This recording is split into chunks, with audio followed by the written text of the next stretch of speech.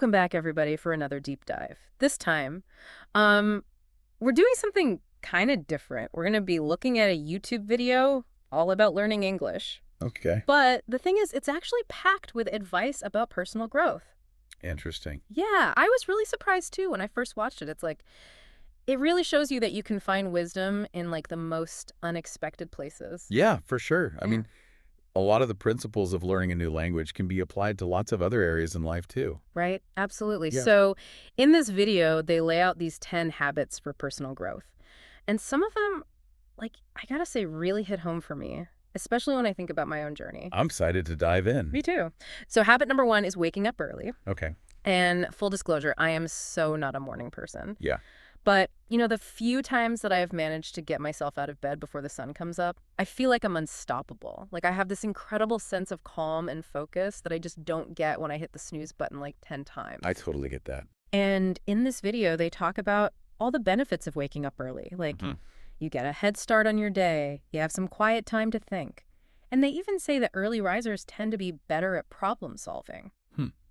That's really interesting. Yeah, it makes you wonder if there's like a connection there. Right. Definitely. Now, the hosts of the video, they share their own experiences with waking up early, and it's pretty inspiring. Like, one of them talked about how it gave them time to work out before going to work, and that totally changed their energy levels throughout the day. Oh, wow.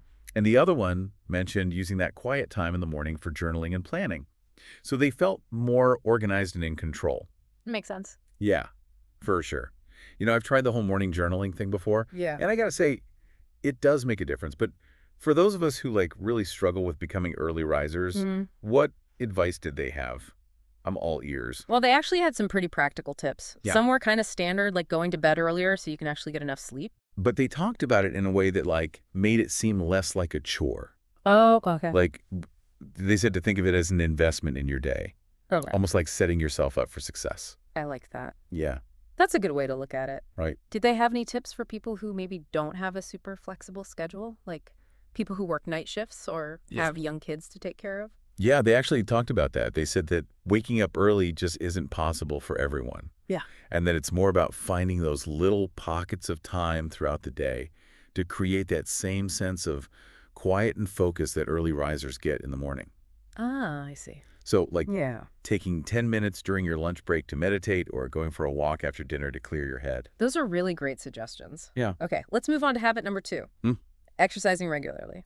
Now, we all know that exercise is good for us, right? Of course. But I'm always interested in like that next level of understanding. Like what makes it so powerful for personal growth? What did they say about that?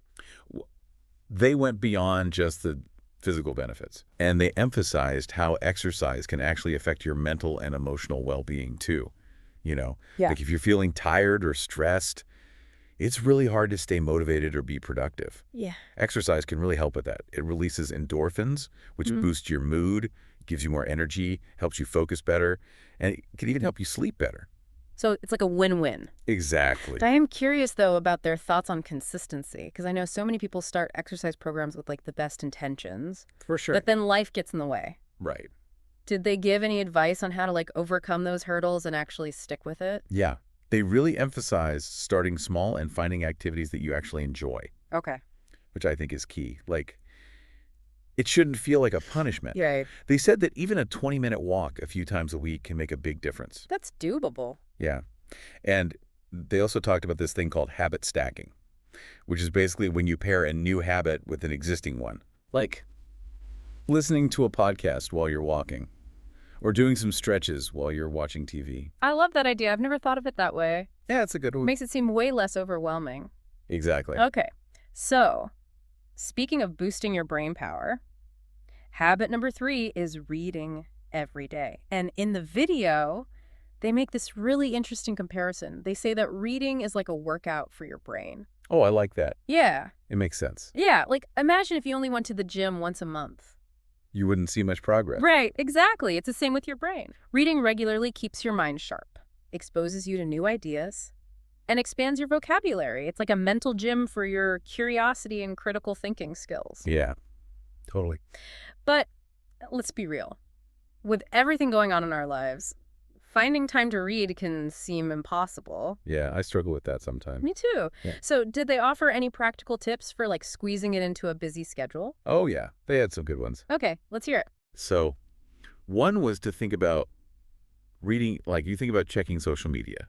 Like instead of scrolling through your feed for 10 minutes, spend that time reading an article or a couple pages of a book.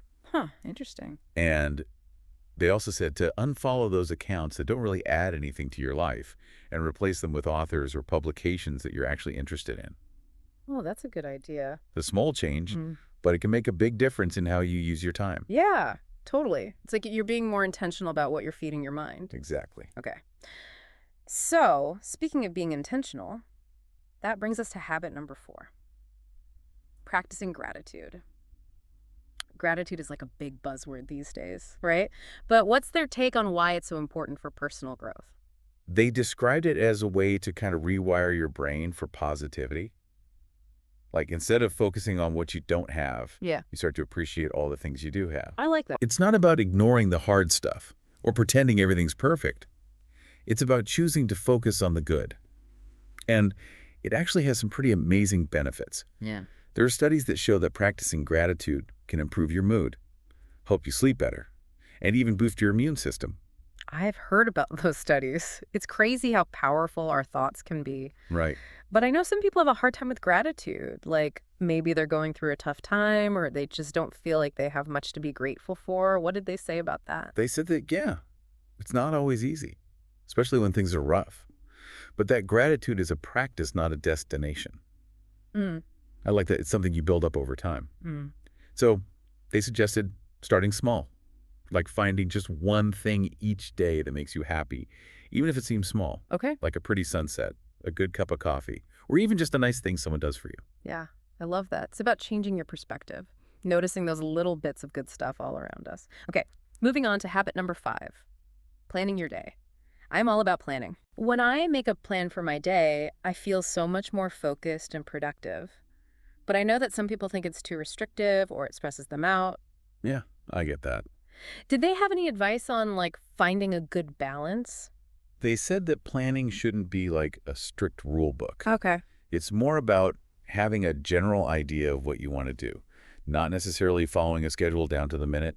And they talked about prioritizing. Right, focusing on the important stuff. Exactly. Yep. And letting go of the things that are just draining you or that don't really matter. Such good advice. Because Yeah. we only have so much time and energy. Totally. What about flexibility, though? Like, life is unpredictable. Things happen. Plans change. Did they address that at all? Oh, yeah. They said to make sure you build in some extra time, Okay. expect that things might come up, and be willing to adjust your plan if you need to. It's not about sticking to a rigid schedule. It's about having a framework that helps you stay on track, but still allows for some flexibility. Love it. Structure and adaptability. The best of both worlds. Oh. All right. So, speaking of adapting, let's talk about habit number 6, learning a new skill. It seems like in today's world, it's more important than ever to be a lifelong learner. It's true. Things are changing so fast. Right. But sometimes the hardest part is figuring out where to even begin. Yeah, what to learn. Exactly. So did they offer any guidance on how to choose a new skill to learn? They said to follow your curiosity. Yeah. Like, what are you genuinely interested in? What skills would make you feel more confident or more fulfilled? I like that. And they also said to think about your goals. Like, are there any skills that could help you reach them? It makes sense. Right. Starting something new can be intimidating, though. Did they give any tips on how to get over that initial hurdle and actually take action? They emphasize breaking down those big goals into smaller steps. Like, instead of trying to learn everything at once, just focus on mastering one small piece at a time. Okay, I can see that working. Yeah. And they talked about finding a community or a mentor, someone who can support you and give you advice along the way. It's so true. Having a good support system makes a huge difference. It really does. Okay, moving on to habit number 7, meditation. This one is a personal favorite of mine. Nice. I have experienced firsthand how beneficial meditation can be. It's helped me manage stress, improve my focus, and I just feel more grounded overall. That's awesome. But I think a lot of people have misconceptions about meditation, like they think it's only for spiritual people or that you have to be able to completely clear your mind. Did they talk about that at all? They actually did a great job of explaining what meditation really is. Okay. They said it's simply about training your attention. It's not about emptying your mind. It's about noticing your thoughts, without judging them, and gently bringing your focus back to your breath or whatever you've chosen to focus on. Right, so it's more about awareness. Exactly. And they emphasize that even just a few minutes a day can make a difference. It's not about being perfect. It's about being consistent. Exactly. Okay, so let's talk about habit number 8, maintaining a healthy diet.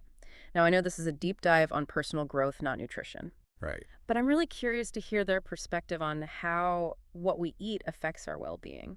Well, they talked about food as fuel, Okay. not just for our bodies, but for our minds too. What we eat affects our energy levels, our mood, our ability to focus, even how well we sleep. So it's all connected. It really is. Yeah. And they also mentioned the gut-brain connection. Oh, yeah. That's a hot topic these days. Right. Like how a healthy gut can actually have a positive impact on our mental and emotional well-being. It's a good reminder that we are what we eat, but also what the bacteria in our gut eats. Exactly. It's a little mind-blowing when you think about it. It is. Okay. But let's be real. Making healthy choices can be tough. Did they offer any practical tips on how to eat more nutritiously? Yeah. They had some good ones. Like Mhm. one was to focus on adding good things to your diet rather than taking things away. Okay. So start by adding more fruits or vegetables, whole grains to your meals. Okay. They also talked about meal planning and prepping. That's always a good one. Right. It makes healthy eating so much easier. Yeah. And they emphasize the power of small changes, like swapping sugary drinks for water or having a piece of fruit instead of a processed snack. Those are all really doable changes. I like that. Me too. Okay. On to habit number 9. Spending time with loved ones. Relationships are so important for a happy and fulfilling life. I completely agree. But with our busy lives, it's so easy to neglect those connections. Did they have any insights on how to prioritize our relationships and make time for the people who matter most? They talked about scheduling intentional time for connecting with people. Okay. And it doesn't have to be anything big or fancy. It could be just having dinner together as a family a few times a week or calling a friend to chat. Yeah, those little things make a big difference. They really do. And they also emphasize being present, Hmm. like putting away your phone, really listening to what people are saying, being engaged in those moments of connection. That's so important in today's world, where we're constantly bombarded with distractions. Right. It's easy to be physically there, but not mentally or emotionally present. Absolutely. All right, last but not least, habit number 10, reflecting and setting goals. This is a powerful combo for personal growth. It is. Reflecting helps us figure out where we've been and what we've learned, and setting goals gives us a direction to move in. But how do we make these practices even more effective? They said that reflection shouldn't just be something you do passively. Like, it's not enough to just think about your experiences. Okay. You need to actively process them. Like, ask yourself questions. What went well? What could I have done differently? What did I learn from this? That's a good way to approach it. Yeah. And when it comes to setting goals, they said to make sure your goals align with your values. I like that. And they talked about visualizing your goals, like creating a clear picture in your mind of what you want to achieve, and then breaking down those big goals into smaller, more actionable steps. It's all about making it real and doable. Exactly. But what about when we hit a roadblock? The setbacks. Yeah, we all face challenges and obstacles in life. Did they give any advice on how to deal with those? They really stress the importance of being kind to yourself. Yeah. Like when you mess up, don't beat yourself up about it. Treat yourself with the same compassion you would offer a friend. Yeah, that's easier said than done sometimes. I know, Mm. but it's important. And they also said to look at setbacks as opportunities to learn and grow. So it's about reframing those challenges. Exactly. Turn them into stepping stones instead of roadblocks. Love it. Yeah. So there you have it. 10 powerful habits for personal growth. Yeah. And from a YouTube video about learning English, Who knew, right? it's amazing how inspiration can show up anywhere. It really is. And what I found really interesting about these habits is that they're not just about being successful or achieving something specific. Okay. They're about developing a certain way of being, Mhm. a mindset that helps you grow and feel good in all areas of your life. Absolutely. So what stands out to you from these 10 habits? Is there one that really resonates with you? You know, what really struck me was their focus on starting small and being consistent. It's a good reminder that you don't have to change your whole life overnight. Even small, consistent actions can make a huge difference over time. I love that. It's about taking those baby steps and trusting that you'll get there. Exactly. So out of these 10 habits, is there one that you're personally committed to working on or maybe incorporating more into your life? I've been trying to be more mindful about gratitude, Yeah. like Yeah. making it a part of my day-to-day life. Oh, nice. It's so easy to just get caught up in everything and forget to appreciate the good things, you know? So I started a gratitude journal, Mm. and I try to write down a few things I'm grateful for every night before I go to bed. That's awesome. I love that. It's such a simple practice, but it can make a big difference. It really You does. know, Uh, what I think is so cool about these 10 habits is how they all kind of work together. yeah, They support and reinforce each other. Like if you're waking up early and exercising, you're probably going to have more energy and focus to learn a new skill or spend time with your family. exactly. Like they create this positive feedback loop. Right. It's awesome. And what makes this video so inspiring is that it's not just about giving you a list of things to do. It's about actually encouraging you to try these habits out and see how they can change your life. Yeah, you have to put in the work. Exactly. It's about taking control of your own growth. Hmm. So as we wrap up this deep dive, I want to ask you, our listener, a question. What's one habit from this list that you feel inspired to try or maybe focus on more? Maybe it's waking up a little earlier or reading for 10 minutes every day. Whatever it is, I encourage you to pick one and make a commitment to yourself to try it out and see what happens. You might be surprised by the ripple effects it has on your life. And remember, it's not about being perfect. Yeah. It's about making progress. Don't beat yourself up if you miss a day or slip up. Just get back on track and keep going. So well said. Hmm. And if you want even more inspiration, definitely check out the original YouTube video. We'll put a link to it in the show notes. It's full of great advice. It just goes to show that you never know where you'll find wisdom. Sometimes it's in a book, sometimes it's in a conversation with a friend, and sometimes it's in a YouTube video about learning English. You just got to keep your eyes open. Exactly. So stay curious, keep learning, and thanks for joining us on this deep dive.